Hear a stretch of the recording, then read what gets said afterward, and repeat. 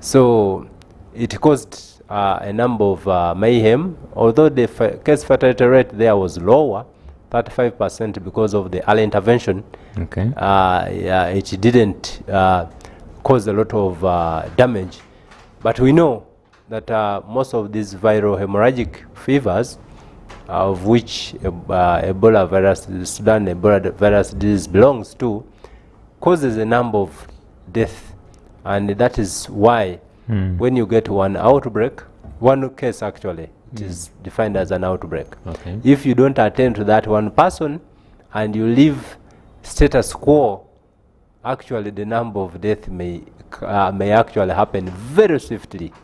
And that's why we come in as soon as we get one patient and we isolate, and then we do contact tracing and follow up, and even do a number of interventions both in the community and in the facilities. Okay. Yes. Wow. And now what do we know? So far, what do we have at the moment? What information? What are the statistics? What region is hit specifically? What do we know? How many people are infected? Things like that. Okay. I think the ministry will be coming out with what we call a situation report. But I know if you do remember, Papa, that actually we have one death so far that was confirmed of the index person who was diagnosed with Ebola. And then we have other people who are sick, who actually have the virus, around 6, 7. And then we have a number of contacts in the different places. And the districts that actually we are talking about is Kampala and Mbale. You remember that index person actually went to so many places in Kampala and then also ended up in Mbale. His home area before he was brought back to Mulago to continue with medication, and unfortunately we lost him. So the number of people who are currently sick are around 7, and then we have other contacts who are still following up. Okay. Yes. That's interesting. And now, how does this differ from the other outbreaks, Ebola Sudan? How is it different? From the other Ebola? Actually, this one actually has a high fatality rate. If you remember, Ebola individual did not kill so many people, but also Ebola Congo, Zaire, also killed a number of people. So this one is among those ones that actually also cause the biggest number of deaths. What do we mean? If you contract this disease and then you are not managed in the imminent time, actually apart from passing on the disease to other people, but apart from passing out the disease even to health workers and other people, the death rates are alarming. So if we don't come in very shortly and handy, we may not actually control it. But since we identify this person and we have already started following up, isolated those contacts and started treatment, I think we are in control so far, and we also continuing to do surveillance for the subsequent months. So I think we shall get better results than compared to the others, the other episodes. But the reason why it's different is that, one, if you know that actually most of these viral diseases don't have specific treatments, and some of them are I could say they are antiretrovirals like remdesivir, and then other drugs like monoclonal antibodies that may give a better result, but you can't be very sure. So because we don't have a specific treatment, we give supportive treatment. Then we need to come in as shortest as we can so that we reduce on its impact. Okay. What are the key causes and how does it spread?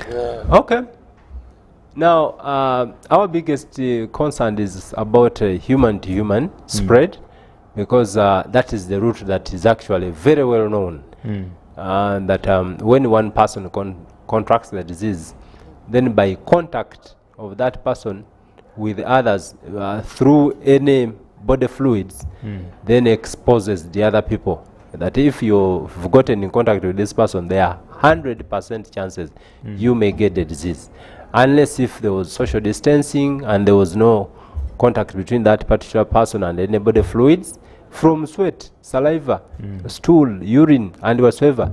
So even when someone goes to the toilet and also you use the same toilet, there are higher chances that you'll get the disease. So it's as bad as that. If someone use the same fork and also you use the same fork, there are chances you get the disease. So that's when we come in and say, no, we need to cut down on the transmission rates and then make sure that we protect the community and then also protect the other patients from falling sick. Okay. And what are the signs and symptoms? Signs and symptoms are many. Actually, on the other issues is about what we call a reservoir. A reservoir is where that particular germ stays without causing death. And you have heard that actually the reservoir may be bats, monkeys, chimpanzees, and the rest of their wild animals. But you know that some of the, that's what is postulated, that some of the communities actually that reside also in Uganda and other countries, they may be interfering with either the habitats of those animals or even eating meat of those things. So I think that's where we think. But remember, in Uganda we are in that tropical belt for viral hemorrhagic fevers, so we are prone. So we don't even want to rely on the other postulations, but we know we are prone. Yes, so that puts that at a at a high risk. And most of our neighbors, you know, they have had outbreaks so many times, and the cases once in a while, because we have porous borders, they move from one country to the other. So some of the symptoms, as you were asking, may be actually non-specific, or they may be specific. But we want to allude to the fact that in the first days, you may not have any symptoms, but doesn't mean that actually you may be very safe. So that's what we call the prodromal period. Sometimes it may be long, sometimes short. And then when someone picks infection, when he picks that infection, sometimes the symptoms may show up in a shortest period within 2 days or to 3 weeks. So when that period is between, okay, we say less than 21 days or within a period of 3 weeks, it means this disease is trying to multiply in somebody's body until symptoms what appear. So such a disease is very dangerous, because you may be having sick people moving around the community and you think they are safe, suddenly until they break down. So that makes it a little very difficult sometimes. So even when you are following up people, you need to follow them up for 21 days, especially if they are in quarantine or in isolation. Otherwise, if you follow them for a short period and you're not doing serial tests, you may end up actually exposing the communities to this spread. But what is also very important to note, that when you don't have symptoms, you are not transmitting. So, so you may not be. But if you start showing up signs that are, as we're going to allude to, that's when you can spread. That's when you start. For instance, if you start having fatigue, headaches, and then ill health sometimes, and then most people will tell you, I have fevers. Sometimes the temperatures are very high, and then joint pains, muscle aches. Although the other systems actually may come in, like vomiting, diarrhea, and sometimes you may end up bleeding, which may appear or not, bleeding from orifices, all parts of the body that you can see, the eyes, the mouth, and other parts. Those are rare for this Sudan Ebola, but also sometimes they can end up with the chest pain and sometimes difficult in breathing. So some of the challenges that actually we have resemblance, like what happened in Mubenda and here, for most of the patients actually who came in with chest pain and they developed acute respiratory distress syndrome, that's when you are unable to support yourself via breathing. Most of them were very difficult to save. But also remember that if someone appears lately with bleeding, which is one of the last symptoms, the chances of saving them also becomes very minimal. Yes, because what happens is that by the time you start bleeding from all parts of the body, your platelets are very low. Those are the type of blood that hold the red blood and red blood cells in the body. So if it can no longer hold, you start bleeding. And when they are depleted, that even worsens. So if they are reduced, they cannot support the system, and then you bleed to death. And worse, by the time you reach that level, your defense systems, if we analogize it to the soldiers who are meant to give you protection, they are almost depleted in the body. So the other people who have come to fight, that's the virus, just walks over. So that's what it means. You have no defenses. Defense system is down, so it just moves eases. And then you start getting organ failure. The lung may fail, the liver fails, the kidneys fail, and then even the heart, and someone can't survive. That's what it means. Okay. And now, how different are these signs from maybe COVID-19 signs or malaria, or these other serious infections as well? Now, malaria, it may present like malaria.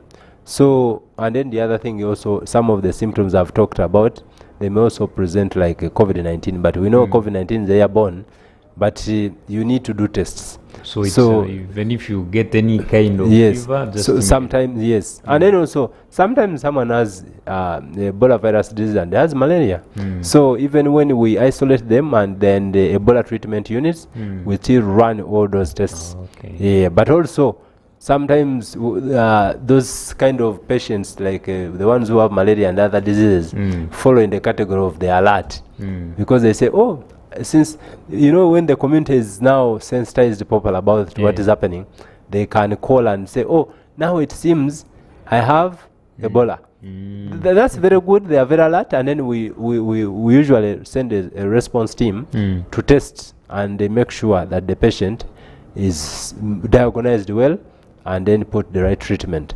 So that happens a lot, and we say EVD can be diagnosed by excluding the others.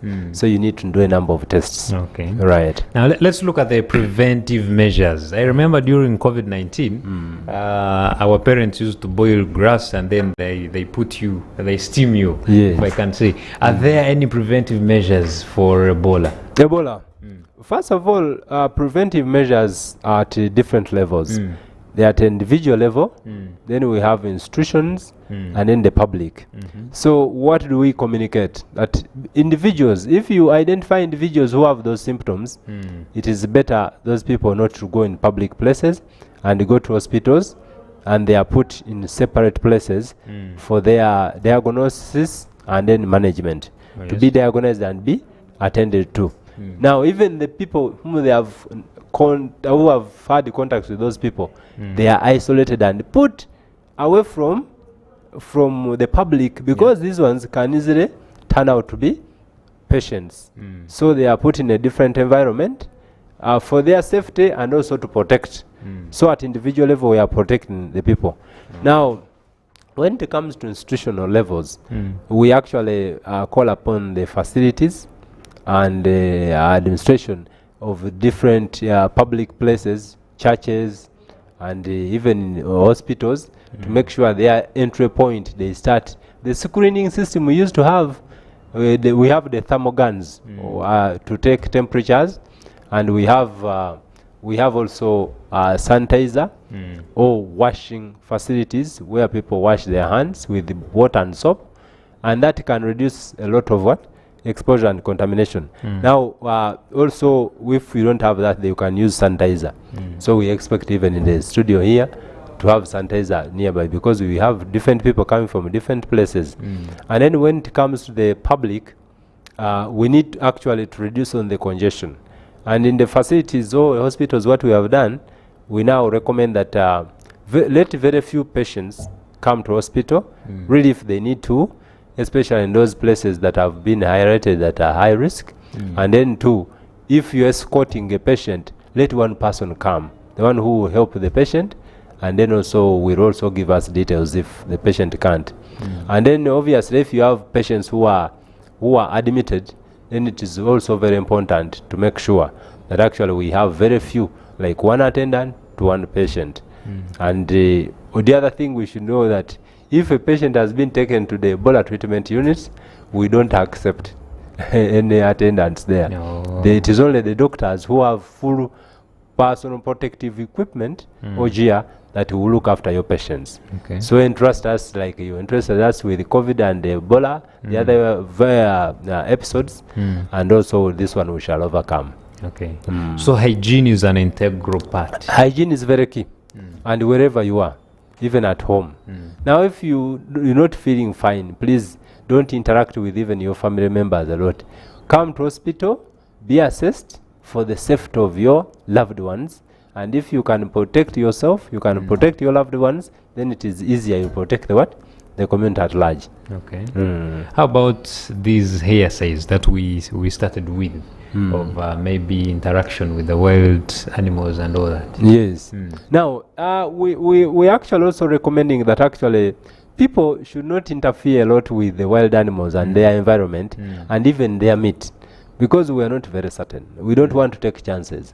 But also, people, if there's any sudden death of any person in the community, let people not just bury, because you remember what happened in Sierra Leone and then earlier on when we had someone exhumed, not as per this current outbreak, but the previous one. You know, remember some people said, oh, this person has not been buried like a Muslim, so they exhumed the body and then did a lot of culture whatever's on that person, and eventually those people contracted the disease and some actually passed on. So let us work together as a team, as a community, and the professionals and the ministry at large, so that we can fight this. Otherwise, if we don't do that, Ebola can wipe out in a community, and we don't want to be wiped out. Okay. And now, is there a vaccine or an immediate treatment to Ebola?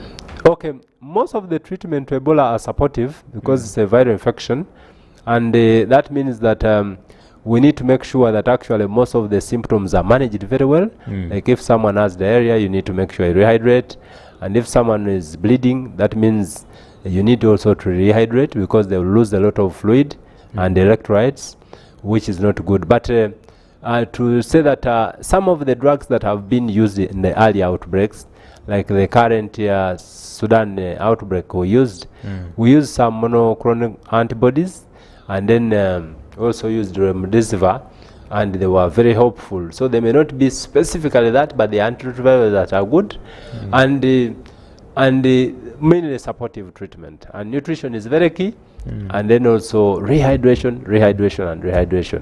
Like if you're losing water, then you should, especially for patients who have symptoms. Now, for the others who are not having symptoms, or who have mild symptoms, they're not severe, then those ones, we look after them, but we recommend they take up a lot of drinks, a lot of feeds, and then make sure that actually they rest and whatsoever.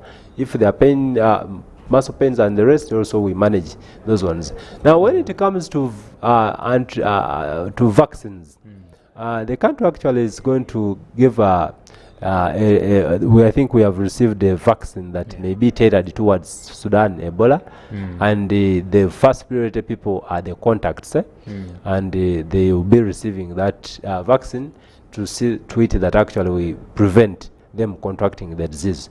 So I think it is better than not having anything. In an outbreak, if you have no alternative, it becomes very difficult. But I think that will go a long way to make sure that it curtails the transmission. So we have something to use. Although it is the other time we didn't have. That time that was 2022, and it was a little tough. But I think this time we have gotten some support, and those contacts will be the first priorities.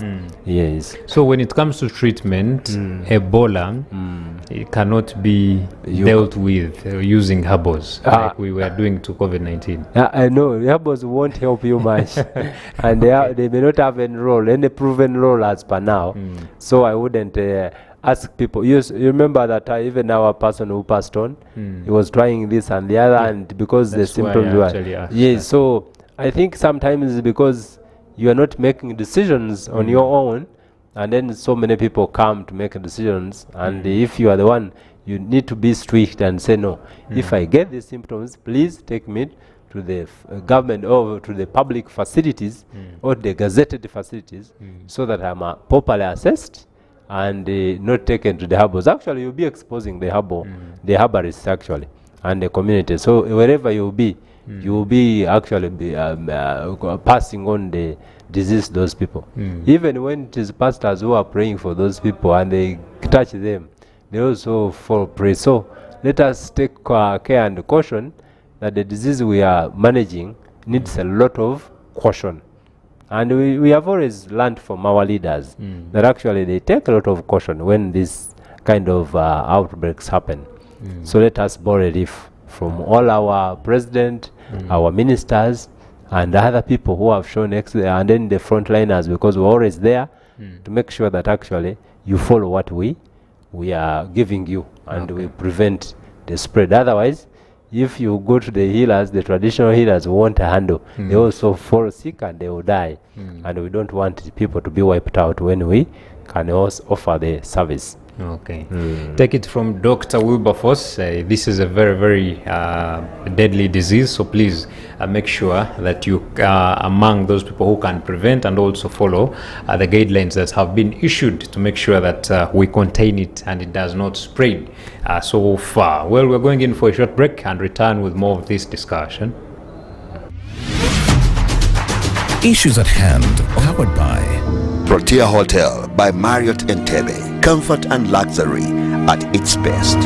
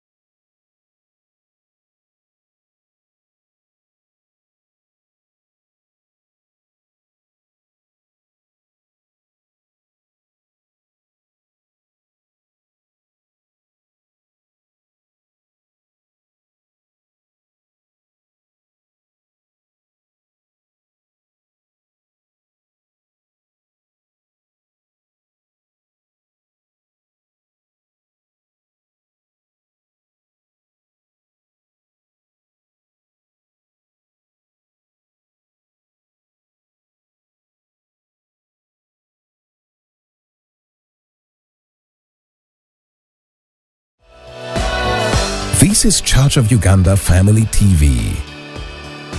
Enriching lives. Regulated by the Uganda Communications Commission. Issues at hand, powered by Protea Hotel by Marriott Entebbe. Comfort and luxury at its best.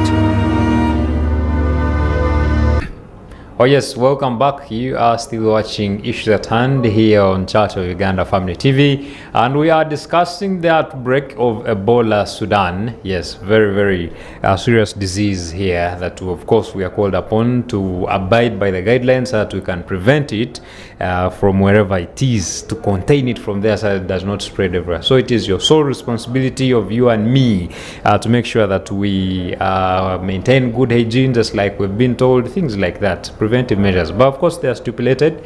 The ministry always provides such, and this is actually a moment that we are going back again to not shaking hands, not hugging, things like that, because those are the ways we can easily get Ebola. Sudan in this regard specifically. So I'm here with Dr. Wilberforce Kabweru, who is a senior consultant surgeon, and a number of titles, of course, as he mentioned in his introduction, and we are discussing this. But of course, majorly, we want to see ways of how we can manage this kind of situation that we are in already. Now, Doctor, yes, sir. I want us to now look at our capability as a nation. Are we ready? How are we prepared to handle this situation majorly in the ministry? Yeah, actually, I would say we are prepared at 3 fronts. At individual levels, there are a number of people who have been trained under ministry and the different stakeholders. And then also at facility level, we have a number of facilities that actually have isolation facilities that can actually manage Ebola. And then obviously our previous experience of managing COVID-19 and even the outbreaks of Ebola. And obviously the government at large, because ministry is actually in charge. And already we have that framework, what we call the incident command. We have an incident commander, and then who is actually heading the different pillars. And what do we mean? There's a structural framework for public health emergencies in this country, of which part of the pillar I chair, and the rest. So it means we have already a structure. We have the lab people who actually carry out the diagnosis. We have the epidemiologists on that structure, the people who follow up the contacts, and even those people who might have actually caused the disease. They do both what we call retrospective in the past, current, and also can predict the trends in the future. And we have the emergency medical services. Those are the people who are responsible for making sure they transfer either a contact or an alert or a patient from one unit to another. And also we have logistics, because it is the whole thing that are responsible for making sure we have the supplies that we are going to use, as well as IPC, infection prevention and control team. So it is a structure that is already set up, and with our past experiences of managing outbreaks, I think the country is actually well placed. It has the capabilities. It is only that a few things here and there, like for instance, if we talk about the resources, and we start with the human resource, you know, like in this time, it did not start in the community. It actually started with the health worker. And actually that exposure of so many health workers, it becomes a little difficult with the already understaffing we have in most cases. Then when you get some of the health workers as contacts, it is at two folds. Some of them are not fine, and then you get others that are isolated to be followed up. That means if you had 100 people and they take away 40, it means they have caused a lot of what? A strain on the health system. So I think those are some of the challenges. And even the logistics. You remember, these patients actually, their demands or needs are quite high. And you already have limited available resources. Then this worsens, it actually deepens the need a little. And that means that actually you need to work with a number of partners. And also, this also calls for that preparedness, because we have a ministry that is in charge of preparedness and emergency, isn't it? Yes. And sometimes it means that those budget lines have to be kept actually functional, readily available, so that in such kind of setting, they just activate the system. So I think the government is set to handle these emergencies, but I think that because of the limited resources, is usually what causes some challenges. And that's why sometimes actually also the structures, because if you look at the facilities that have isolation facilities, Mulago and others, like now we have one in Mulago and then one being set up in Mbale and other places, because now that will be along that route. You need to set up and then make sure that actually it is manned by human beings and then facilitated. So it means that we need to work around government, other partners and the different facilities and the community at large to make sure that actually we break that transmission. But also something we alluded on earlier is getting the community onto board. The community, if they are not very cooperative, for instance, if people fall sick and they disappear in the thickets or they are different places, even when you travel from here and then you go to Gulu and you go to the deepest village, all those people actually will fall sick. So we call upon the community to be responsive, that if they see someone with symptoms, they should not actually get and handle this patient, but the ministry put out a toll-free line, which is being saturated in all social media, and I think also here you have, so that they can contact and the EMS comes. They will have what we call rapid response teams that move up down there to make sure that actually the community is safe. But also if someone dies in unclear circumstances, the people should not bury, especially if he had symptoms. Fever, headache and other things, and he wasn't fine. Oh, malaria-like symptoms. I think people in Uganda know malaria because everything is malaria. So if they have those fevers or joint pains are unwell or being unwell for a long time, they should call that rapid response and they do tests before they bury, and they should not touch that person. So it should be our burial team that should handle this kind of situation. Otherwise, if we take things for granted, that will not be very good. Yes. So how has the government or ministry invested in community awareness? Community awareness.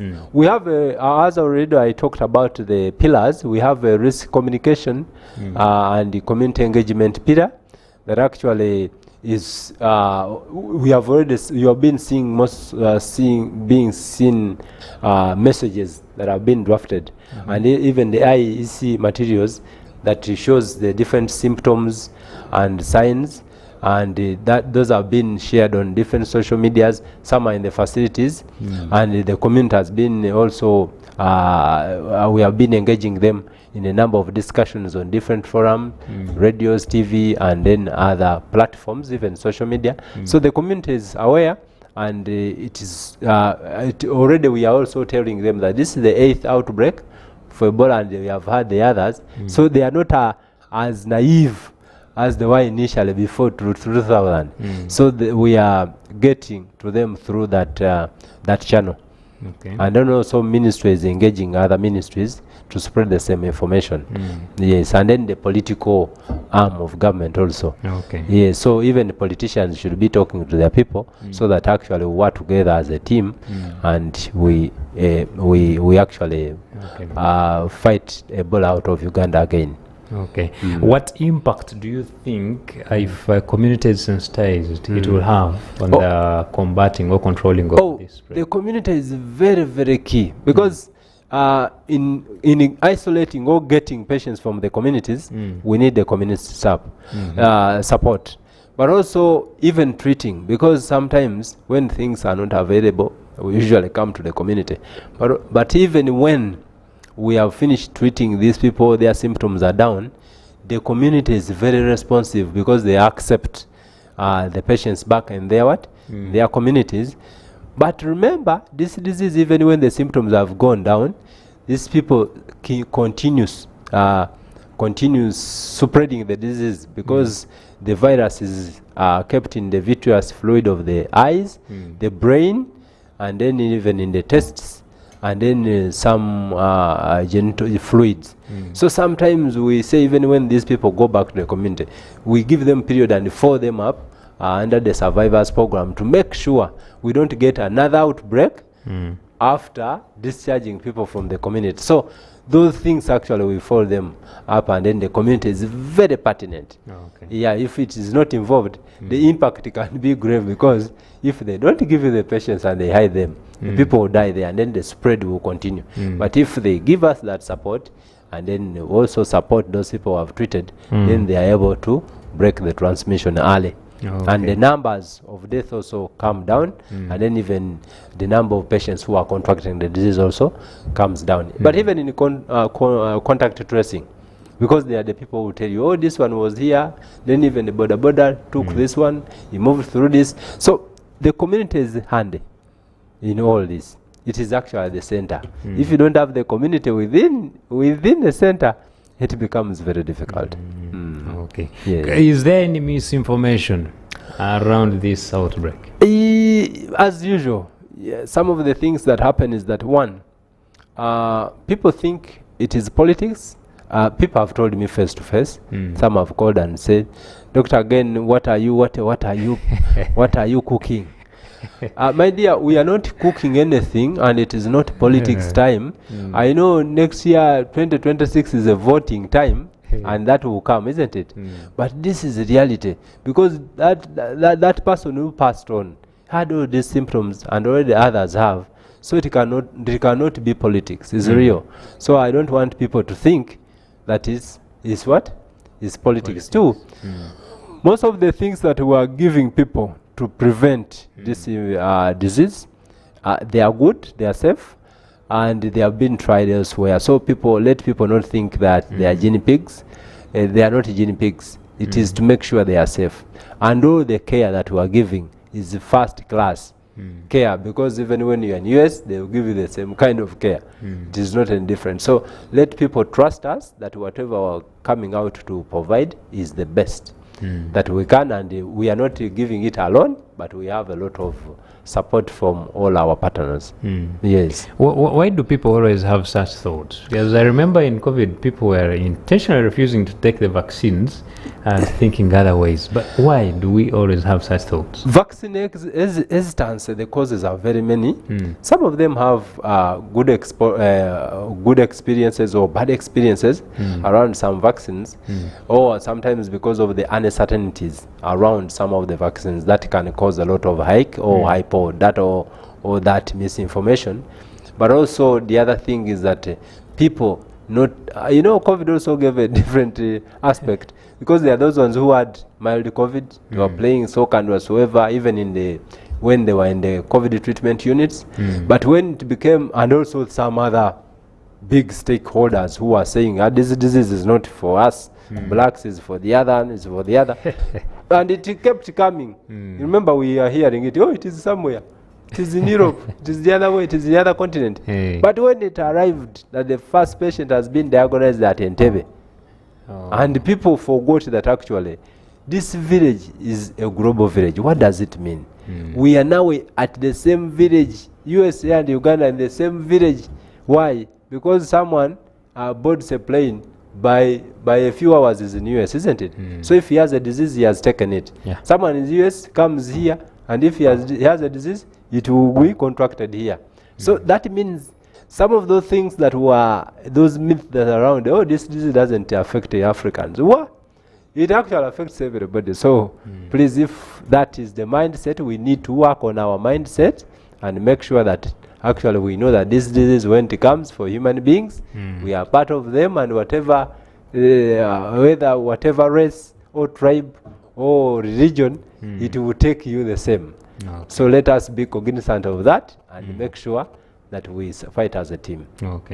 So what should someone out there do in case they feel they have the signs and symptoms, or someone in their neighborhood has the signs and symptoms of Ebola? Actually, one of the things that we have put out is to call the emergency medical team, or that number, toll-free number of ministry that is flying all over. When you call, a team will be dispatched to come to your destination. Usually the information we need is, one, who is affected, where, and then the contact. Even when you can give us the contact of that person, or the next of kin, the one who is in charge of that person, or someone who is close, it is very important that there's information we write on and we move along. And obviously, if you are the one who is sick, it is better you go to the nearest health facility and you are assessed properly. And if they cannot handle, we have a referral system. But the referral system that is safest is that ministry line. They will tell you where to go nearest. Because we may be calling from Gulu, and we shall tell you go to Gulu Regional Referral Hospital. If you are within Kampala, we shall tell you go to this destination. Or if we say come to Mulago on this point, become assessed, they get assessed, and then we also see that actually you are safe. In the case you are very symptomatic, sometimes we may need to retain you and then make sure you are safer, even to be allowed into the community. And you are given appropriate treatment. The treatment is free. That's also very important. Most people may think we are not charging. And that's why as public servants or public facilities, we are taking charge, and it is not charged any cost. How about even the testing is free, and even the management is free. So nobody should actually take your money. I know sometimes there are some crooked characters, but in Uganda those people don't exist. We are very good people. Yes, I mean, that's why I want to believe they are very good people. And since those people are not there, this is a free service. All right. Yeah. What do you expect out of the people out there as we fight to control or to contain Ebola? What we expect from people?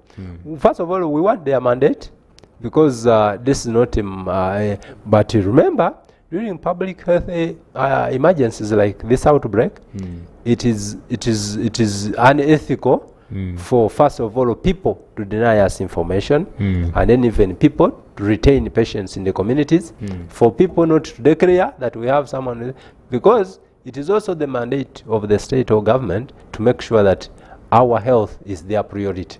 That's why we have a fully fledged ministry with facilities, with infrastructures that in charge of your health. So if you, and your health is a public good, a public health good. So if you are denying someone to be alive by retaining those people in the community, that will not be good. So we call upon all people to actually let us know that there are people who are not fine, and we come and make sure that their health is fine. They are next of kins, the community, and then ask the front health liners. Okay. Yes. Yeah. As we wind up, Doctor, could you kindly give us your last remarks? My last in remarks. regards to the discussion, but also the spread, the outbreak of Ebola. Okay. First of all, I want to take this opportunity and thank Minister of Health, the different facilities, Mulago, Mbale, and the rest, and the front liners. Those we call them front soldiers, the different partners, and the government of Uganda and their leadership, from the president, his ministry, his ministers, and the rest, and also the different associations like Uganda Medical Association, which provides all the health workers in this country to make sure that actually we look after patients, the different colleagues, the different fraternities. And we want to call upon the country, that is the community, to actually listen to whatever advice we are giving, and also give hand wherever they are, because the human resources are very few. So I want to call upon the health workers that in case they are contacted by ministry that they need a hand, please let them be responsive, come forward and serve their country. Because if me, I don't take care of the other, then the other will not be available to take care of my life. So let us do selflessly whatever we are doing. And then the different partners, want to thank them because they have been handy in terms of diagnostics and then support in whatever form. And then our leaders, the different and the different categories, they have been very, and then the politicians, let them also do the needful, because we want to protect their communities who are going to vote them next year. So for God and my country, I want to thank everybody for all the support they have put, and then obviously Family TV that actually took this opportunity to invite us here to talk to the country. That thank you very much, the Family TV and this management and the entire crew. We're always grateful when you give us this opportunity to pass on the information we have and the support for God and my country. Well, thank you. Before maybe we sign out, briefly about the services. The emergency response. Is it across the country, or we are still lacking some? Actually, the emergency response, we have a national response team, but we also are activating the regional and the district response teams, task forces, and that information will be relayed to the entire country, I think, through our boss, who is the PS, as we go on, because it's the main communication focal point. So whatever we're going to be doing, she will be coming to update the country and the minister, so that at least but we are reactivating the entire. That's how we have been able to actually pick up different patients in different places. So we are not working only at a national level, so we are at national, regional, and the district, to the lowest facilities up to the community level, or the village health teams. So that is already on. And remember, this is happening when we have had the mpox, and we have been actively involved. So we are just adding on another outbreak on whatever we have been managing.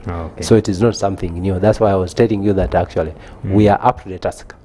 Yes. Well, thank you so much, Dr. Wilberforce Kabweru, for that wonderful information. I hope you've taken it up there. Please make use of this information. You are the sole provider for prevention. It is you that can stop it at the start. So please make sure you're also up there. There have been a number of aspects put out, how you can prevent all those. Please follow them, then we can have a safe country that we all enjoy here. Well, my name is Luke Majumba Alnet. I want to appreciate you for joining us this morning. We are powered by Protea Hotel by Marriott in Entebbe. We cannot go past this.